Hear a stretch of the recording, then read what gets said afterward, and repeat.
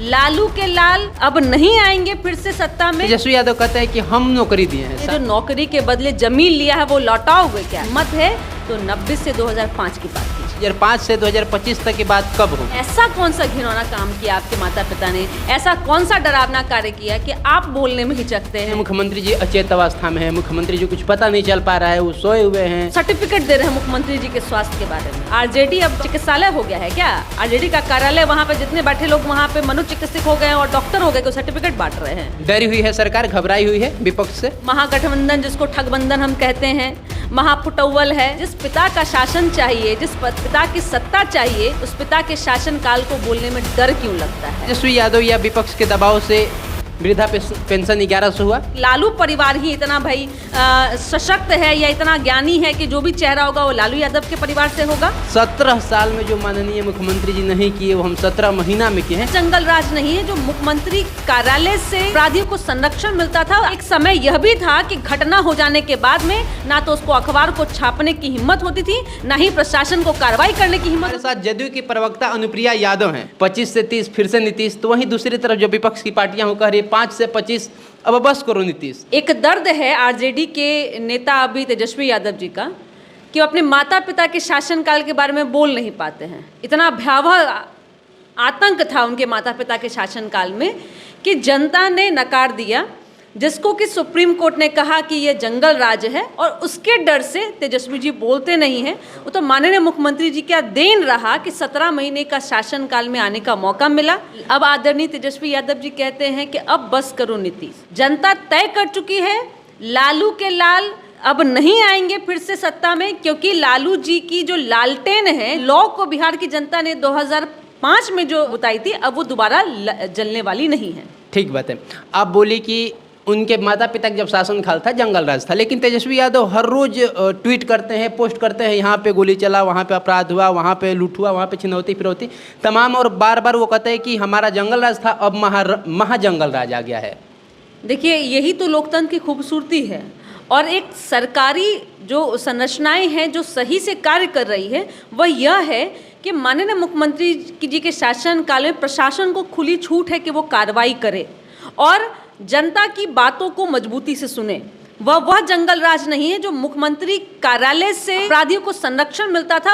अब यहाँ प्रशासन काम करती है, प्रशासन कार्रवाई करती है, और इसीलिए शायद उनको जानकारी भी होता है। नहीं तो एक समय यह भी था कि घटना हो जाने के बाद में ना तो उसको अखबार को छापने की हिम्मत होती थी, ना ही प्रशासन को कार्रवाई करने की हिम्मत होती थी, क्योंकि वह अपराधी मुख्यमंत्री आवास में संरक्षण लेता था। उन्होंने घटना का जिक्र जरूर करते हैं, लेकिन घटना पर हुई कार्रवाई का जिक्र नहीं करते हैं। मैं उनको चैलेंज करती हूँ और कहती हूँ कि आप बताइए कि उन घटनाओं पे कितनी जल्दी कार्रवाई हुई है और कब कार्रवाई हुई है। अगर हिम्मत है तो साथ में ये भी डेटा प्रकाशित कीजिए, सिर्फ घटनाओं की बात नहीं कीजिए। और ऐसा कौन सा देश है, प्रदेश है, मुझे बताइए, जहां पर घटनाएं नहीं होती हैं, लेकिन उस घटनाओं के पीछे सत्ता का संरक्षण नहीं होता है। यह सुशासन है, यह नीतीश कुमार जी का शासन है। इसीलिए इसको जंगल राज नहीं, इसको सुशासन का राज कहते हैं। मैं बार बार कह रही हूं कि आप यह देख रहे होंगे कि 2 दशकों का यह माननीय मुख्यमंत्री जी का नेतृत्व रहा है और इसको तय किया है जनता ने। लेकिन हर बात पे एक बात वो कहते हैं, मुख्यमंत्री जी अचेत अवस्था में है, मुख्यमंत्री जी कुछ पता नहीं चल पा रहा है, वो सोए हुए हैं। मुझे बहुत आश्चर्य होता है कि जिन्होंने खुद ही 10th नहीं पास किया हो, वो आजकल डॉक्टर बन गए हैं और सर्टिफिकेट दे रहे हैं मुख्यमंत्री जी के स्वास्थ्य के बारे में। कहाँ, किस डॉक्टर ने सर्टिफिकेट दिया है? आरजेडी अब डॉक्टर चिकित्सालय हो गया है क्या? आरजेडी का कार्यालय, वहाँ पे जितने बैठे लोग वहाँ पे मनोचिकित्सक हो गए और डॉक्टर हो गए, को सर्टिफिकेट बांट रहे हैं। अरे माननीय मुख्यमंत्री जी तो लगातार बिहार का भ्रमण कर रहे हैं। देखिए ना कि योजनाओं का किस तरह से फेरिस्ट है। लगातार हर एक वर्ग, जो कोई भी यहाँ पे अपने आप को ठगा हुआ महसूस नहीं कर रहा है, चाहे वो वृद्धा पेंशन की बात हो जाए, विकलांगों की बात हो जाए, विधवाओं की बात हो जाए, महिलाओं के सशक्तिकरण की बात हो जाए, महिलाओं के सुरक्षा की बात हो जाए। पिंक टॉयलेट आपने देखा होगा, पिंक बस देखा होगा, और पिंक बस को चलाने वाली महिलाएं देखी होंगी, कंडक्टर देखा होगा। लेकिन एक समय यह भी देखा होगा कि जिस समय में सड़कों पे खुलेआम खून की होली होती थी, सरेआम महिलाएं निकलने से डरती थी, लेकिन आज तो माननीय मुख्यमंत्री जी ने नौकरी है, रोजगार है, सुरक्षा है, सड़क है, स्वास्थ्य है, हर एक उस आयाम पे काम किया है। तो वो जो कहते हैं अचेत है, तो हम उनको कहते हैं आप सचेत हो जाइए। क्योंकि आधी आबादी जो है नीतीश कुमार जी की एक ऐसी टोली है, एक ऐसा सेना है जो तय करके बैठा है 2025 से 2030 फिर से नीतीश। लेकिन बात यहाँ पे है कि तेजस्वी यादव हर बार कहते हैं, जब से उप मुख्यमंत्री वो हटे हैं वहाँ से, जनता के बीच में जाते हैं, जहाँ कहीं भी जाते हैं कहते हैं कि 17 साल में जो माननीय मुख्यमंत्री जी नहीं किए वो हम 17 महीना में किए हैं। आपको क्या लग रहा है, इसकी क्या सच्चाई है? 17 महीना में तेजस्वी यादव क्या किए हैं? अब उनको मैं बता दूं, 2005 जब पहली बार उस जंगल राज के बाद में माननीय मुख्यमंत्री जी के हाथ में यह सत्ता आता है, तो उन्होंने सर्वप्रथम पहले जो बिहार की राजनीति थी जिसमें नेताओं का कब्जा था उसको तोड़ने का प्रयास किया और महिलाओं से शुरुआत करते। मैं फिर से आती हूँ कि 2005 में माननीय मुख्यमंत्री जी ने बतौर मुख्यमंत्री बनने के बाद में महिलाओं को सामाजिक रूप से मजबूती के लिए उन्होंने पंचायती राज में आरक्षण दिया। दूसरी, आगे मैं बढ़ती हूँ क्योंकि मैं बहुत लंबा आगे मैं बताने जा रही हूँ। बेटियों को पढ़ने के लिए साइकिल देते हैं, बेटियों को पढ़ने के लिए पोशाक देते हैं। वह बेटियाँ आगे पढ़े इसके लिए उनको 10th पास करने पर उनको राशि मिलती है, उसके बाद +2 पास करने पर उनको राशि मिलती है, ग्रेजुएशन करने पर उनको राशि मिलती है, 50,000 की राशि है ग्रेजुएशन पे। अब वही नहीं रुकती है गाथा मुख्यमंत्री जी की, उन्होंने उन बेटियों को नौकरी के लिए 35% आरक्षण दिया। एक तो हो गया आपका कि बिहार में नौकरी की, बेटियों की बात। अब स्कूल की जो दूरी है वह कम हो जाए इसके लिए उन्होंने लगातार प्रयास किया। शिक्षकों की बहाली हुई, स्वास्थ्य व्यवस्था को दिया, नौकरी के लिए क्रेडिट कार्ड की योजना है। आप क्रेडिट कार्ड की भी बात मैं करूंगी। बिहार को सड़क, आज जिस आप पटना कार्यालय में बैठे ना, यहीं पटना आने में कई जिला से 7-8 घंटा 8-8 घंटा लग जाता था। रास्ते में पेशेंट मर जाया करता था, लेकिन आज नीतीश कुमार जी ने सड़कों का वो जाल बिछाया है। आज पढ़ने के लिए, स्वास्थ्य के लिए, बिजली जिस तरह से है, सड़क है, पुल पुलिया है, सभी सुविधा नीतीश कुमार जी ने दिया है। तो भैया अब नीतीश कुमार जी का जो शासन है इतना शानदार है कि बिहार की जनता, फिर मैं कह रही हूँ, तय कर चुकी है कि 2025 से 2030 फिर से नीतीश। अच्छा, तेजस्वी यादव कहते हैं कि हम नौकरी दिए हैं, सारी नौकरियां 17 महीनों में जितने भी शिक्षक की आई, पुलिस की आई, जो नियुक्ति पत्र गांधी में बांटे गए वो सारे मेरे दबाव की वजह से बांटे गए हैं। कि नीतीश कुमार कहते हैं कहाँ से पेमेंट आएगा, कहाँ से पैसा, ये क्या सच्चाई है? कभी बोले हैं नीतीश कुमार जी कहाँ से पैसा आएगा? देखिए, पूछा है नीतीश कुमार जी ने, पूछा है, ज़रूर पूछा है, कहाँ से दोगे नौकरी, कहाँ से लाओगे?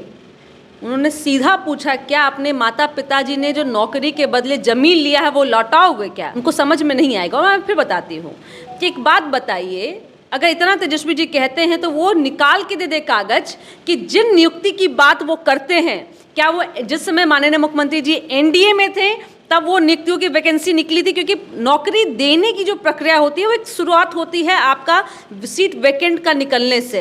तो क्या वो आरजेडी के साथ हम थे तब वो नियुक्ति निकला था क्या? कि नियुक्ति पत्र बांटना आपकी उपलब्धि नहीं है। लेकिन आप एक बात देखेंगे, हमारे माननीय मुख्यमंत्री जी प्रतिबद्ध हैं पूरे बिहार के लिए। हम जाति जमात की राजनीति नहीं करते हैं, हम वोट की चिंता नहीं करते, हम वोटरों की चिंता है। और हमने अपने वादे में कहा था 10 लाख नौकरी, 10 लाख रोजगार। उन्होंने तो ठीक है वादा किया हम करा देंगे, दबाव में। तो एक बात और मैं कहती हूँ, दबाव अगर वो कहते तो थोड़ा दबाव अपने परिवार में भी बना ले। जो परिवारवाद का उनके ऊपर आरोप है उस कलंक को मिटा ले कि क्यों ऐसा होता है कि बस एक लालू परिवार ही इतना भाई सशक्त है या इतना ज्ञानी है कि जो भी चेहरा होगा वो लालू यादव के परिवार से होगा। परिवारवाद मिटाइए।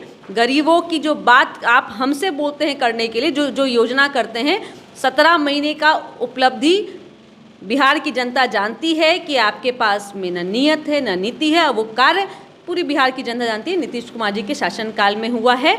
और नीतीश कुमार जी पुनः प्रतिबद्ध हैं कि जो हम वादा करेंगे निश्चित तौर पे उस वादे को हम पूरा भी करेंगे। फिर मैं कहती हूँ, हिम्मत है तो 90 से 2005 की बात कीजिए। बार बार वही कहते हैं कि कब तक 90 से 2005 की बात होगी, कब तक 90 से 2005 की बात होगी, 2005 से 2025 तक की बात कब होगी? हम तो जनता के बीच में 2005 से 2025 तक जो काम किया है उसके बाद उस कामों पे जाएंगे। लेकिन जब आप 17 महीने की बात करेंगे तो हम तो ज़रूर पूछेंगे कि 15 साल के शासनकाल में ऐसा कौन सा घिनौना काम किया आपके माता पिता ने, ऐसा कौन सा डरावना कार्य किया कि आप बोलने में हिचकते हैं। यदि मैं चैलेंज फिर कहती हूँ कि आप करिए तो हिम्मत, कहिए तो ज़रा, कि जिस पिता का शासन चाहिए, जिस पिता की सत्ता चाहिए, जिस पिता की लेगेसी चाहिए, उस पिता के शासनकाल को बोलने में डर क्यों लगता है? बोलिए तो सही, जनता को बताइए तो सही। 17 महीने का तो चाचा जी का जो उपकार है उसका तो ढिंढोरा पीटते हैं, लेकिन पिता का नाम लेने से क्यों डरते हैं? कहते हैं कि अब इस बार 2025 के चुनाव होगा तो सीधे एनडीए के सरकार को नकार दिया जाएगा और महागठबंधन की सरकार बनने जा रही है। इस बात की फुली गारंटी है तेजस्वी यादव दावा ठोक के मीडिया में बोल रहे हैं। नहीं, बोलने दीजिए, बोलने के लिए तो लोकतंत्र में सबको इजाज़त है कि बोलते रहिए, हेलीकॉप्टर में घूमते रहिए, मछली खाते रहिए, संतरा खाते रहिए, बताते रहिए, और आप बिहार की जनता वोट के माध्यम से बता देगी। और लोकतंत्र में जनता मालिक होती है और जनता ने जाना है कहाँ उनकी सुरक्षा है, कहाँ वो अपने आप को गौरवान्वित महसूस करते हैं। और ये जनता तय कर चुकी है कि नीतीश कुमार जी का शासन ही सुशासन है। माई बहन मान योजना हर महीना 2500 रुपये, इस पे क्या जनता दल यूनाइटेड सोचती है? जनता दल यूनाइटेड यह सोचती है कि आरजेडी घबरा गई है, डर गई है नीतीश कुमार जी की लगातार योजनाओं से, महिलाओं के प्रति योजनाओं से। घबराहट में महिला वोटर को अब लुभावित अपने ओर आकर्षित करने का प्रयास कर रही हूँ। महिला सशक्त है और उसको मात्र वो कह रहे हैं कि 2500 में बिहार चलाइए, घर चलाइए, तो ये दिखाता है कि वो तय कर चुके हैं कि जैसे उनके शासनकाल अगर आता है, जो कि नहीं आने वाला है, तो बिहार की महिलाएं फिर से गरीब होगी, उनको 4 दीवारी में कैद कर दिया जाएगा और फिर से नीतीश कुमार जी के जो मजबूती है, महिलाओं को मजबूत करने का जो संकल्प है, उसको धराशाही करने का प्रयास करेगा। आखिरी के बस 2 सवाल। तेजस्वी यादव या विपक्ष के दबाव से वृद्धा पेंशन 1100 हुआ, क्योंकि वो बोले कि हम 1500 करेंगे? नहीं, देखिए, फिर मैं कहती हूँ, हम तो लगातार इसको, वो कहे ना, अच्छी बात है, कहते रहें लोकतंत्र में। फिर मैं कह रही हूँ कि विपक्ष की भी भूमिका है, वो बनाते रहे दबाव, लेकिन बात यह है कि हमारी इच्छा शक्ति मजबूत है। हम पहले से इस योजनाओं की बात कर रहे हैं। एक और आपको मैं डेटा देती हूँ कि उन्होंने कहा कि 1100 हमारे दबाव में कर दिया, तो 1500 क्यों नहीं कर देते हम? लेकिन सच्चाई यह है कि हम लगातार हर एक वर्ग को लाभ देने का प्रयास करें। 2005 के समय में, 2005 तक यह लाभार्थियों की संख्या 12 लाख थी। आज इस लाभार्थियों की संख्या 1,65,00,000 है। आप ये बताइए कि आपके शासनकाल में इतने कम लोगों को लाभ क्यों मिलता था? क्योंकि लालू जी के शासनकाल में वह पैसा सीधे सीधे आरजेडी के नेताओं के पॉकेट में जाता था, लेकिन अब नीतीश कुमार जी के शासनकाल में प्रशासन चिन्हित करती है और पैसा डायरेक्ट जनता के अकाउंट में जाता है। इसीलिए लाभार्थियों की संख्या भी बढ़ी है और लाभार्थियों के लिए पैसा भी बढ़ा है। ऐसा कोई भी मुद्दा नहीं जिस पर नीतीश कुमार जी चिंतित नहीं है। लगातार हर बातों पर चिंतित है, चाहे शिक्षा है, सुरक्षा है, स्वास्थ्य है, चाहे बिहार के में उद्योग की बात हो रही हो, सड़कों का जाल की बात हो रहा। मुख्यमंत्री जी हर एक क्षेत्र में देख रहे हैं, क्योंकि आपने देखा होगा किस तरह से बिहार पटना में मरीन ड्राइव है, या पीएमसीएच को आप देख रहे होंगे जिस तरह से कनेक्टिविटी बढ़ रहा है। तो मुख्यमंत्री जी ने सारे कामों को कर दिया है। अब निश्चित तौर से हम आगे भी बढ़ रहे हैं। तेजस्वी जी सोचे और यह सोचे नहीं, वो मान के बैठ जाए कि इस बार भी उनकी सरकार नहीं आने जाए। बोल रहे बार बार स्वास्थ्य व्यवस्था लचर हो चुकी है। क्या हो चुकी है? स्वास्थ्य व्यवस्था एकदम लचर हो चुकी है। हाँ, किडनी ट्रांसप्लांट कराने गए थे पिताजी, भारत में भी नहीं, विदेश चले गए। ये तो व्यंग हुआ ना। नहीं, वही तो मैं कह रही हूँ ना, क्या बात करते हैं वो। जाके घूम के देखे पीएमसीएच में कितने लोग यहाँ पर इलाज कराने आते हैं, और कैसे हम लोग पीएमसीएच को फिर से और अच्छे जगह पे आज एशिया का सबसे सेकंड ये हॉस्पिटल बनने जा रहा है। तो भाई ये तो हम लोग लगातार काम कर रहे हैं। और मैं फिर कहती हूँ, किसी 1-2 घटना पे आप जजमेंट नहीं कर सकते हैं सरकार को। विपक्ष है, आप सवाल उठाइए, हम सत्ताधारी दल हैं, हमारा काम है, काम करेंगे, और निश्चित तौर से अगर जहां कमी होगी हम अपने कामों को हम दुरुस्त करेंगे। आप अपने कामों को कीजिए, लेकिन आपकी चिंता यह है कि सत्ता में कैसे आएंगे, असत्ता की मलाई फिर से कैसे खाएंगे, और परिवार की संपत्ति फिर से कैसे बढ़ाएंगे, अब परिवार के लोगों को फिर से सेटल कैसे करेंगे। लेकिन बिहार की जनता जानती है कि नीतीश कुमार जी के लिए पूरा बिहार परिवार है। उनके लिए उनके माता पिता, भाई बहन, बेटा बेटी परिवार नहीं है, एक बिहार की जनता उनका परिवार है। इसलिए जो बिहार को अपना परिवार मानता है और बिहार की जनता भी उनको अपनी मुखिया मानता है। डरी हुई है सरकार, घबराई हुई है विपक्ष से। अरे क्यों डरेंगे हम? ये बिखरी हुई विपक्ष, महागठबंधन जिसको ठगबंधन हम कहते हैं, महाफुटौल है। यहाँ न तो आरजेडी का नेता कह पा रहा है, ना कांग्रेस कह पा रहा है, ना इनके सहयोगी दल कह पा रहा है, तो चेहरा तो तय कर लीजिए।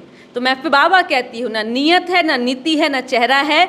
ऐसी विपक्ष जिसके पास में ना कोई एजेंडा है, बस एकमात्र एजेंडा है कि अपने अपने राजकुमारों को राजगद्दी दे दो। लेकिन राजगद्दी जो है वो बिहार के लाल के हाथ में है, जो बिहार का लाल है और बिहार के लोगों को प्यारा है। चलिए, बाकी अब आपकी प्रतिक्रियाओं का इंतजार रहेगा। सोनू आनंद नाम है हमारा, समाचार सूत्र। आप इस वीडियो को देख लेते, देखने के लिए धन्यवाद रहेगा। हमारे साथ अनुप्रिया यादव थी जो जनता दल यूनाइटेड की प्रवक्ता हैं। बाकी इनकी बातों से, नीतीश कुमार जी के बातों से, या फिर जो भी बिहार सरकार के योजनाएं परियोजनाएं चले, कार्य चले, उससे कितने सहमत थे, उस पर क्या कहेंगे, या फिर विपक्ष के द्वारा लगाए गए आरोप प्रत्यारोप, उनके वादे, उनके इरादे पे आपके क्या ख्यालात है, वो सब कुछ दर्ज करिएगा। इसी के साथ मेरा नमस्कार स्वीकार करिए। जय हिंद, जय भारत।